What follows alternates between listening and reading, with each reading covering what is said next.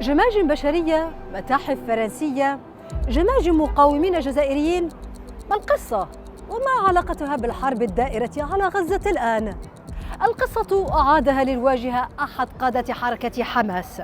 على الرئيس الفرنسي الذي يتحدث عن الحرية والحقوق وحقوق الإنسان، عليه قبل أن يتحدث في ذلك أن يعيد جماجم الشهداء الجزائريين التي لا تزال دولته تحتفظ بها في متاحف فرنسا.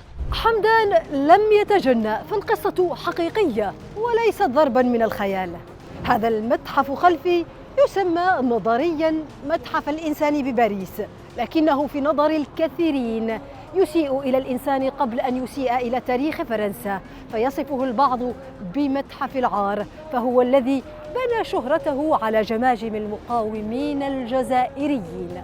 هذا المكان يحوي 18,000 جمجمة من شعوب استعمرتها فرنسا، 500 فقط منها تم التحقق من هويات أصحابها، منهم 36 قائدا من قادة المقاومة الجزائرية.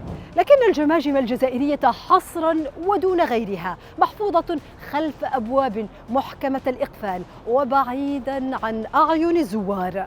لم يكن الاستعمار الفرنسي يكتفي بقتل الثوار، لكنه كان يقوم بقطع الرؤوس وإرسالها لتزين قصور الأباطرة والملوك الفرنسيين لعشرات السنين، كنوع من الاحتفال والتباهي قبل أن تستقر في هذا المتحف. في 2011 اكتشف مؤرخ من أصول جزائرية خلال زيارة للمتحف وجود جماجم لمقاومين، ومن هنا انفجرت القضية. فرنسا عارضت وبشدة تسليم الجماجم الجزائرية بدعوى أنها جزء من الإرث الفرنسي، لكن هذا لم يكن السبب الرئيس، فتسليم جماجم مقاومين قطعت رؤوسهم يعني الاعتراف ضمنيا بجرائم حرب ارتكبتها فرنسا، وقد يفتح باب المحاسبة والتعويضات.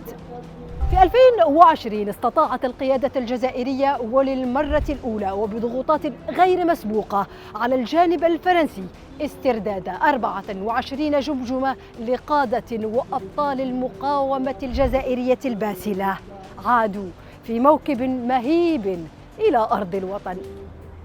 أنا لا أصدق أن هناك إنسان في هذا الزمن لا زال يحفظ جماجم الشهداء في المتاحف ثم يتحدث عن حقوق الإنسان.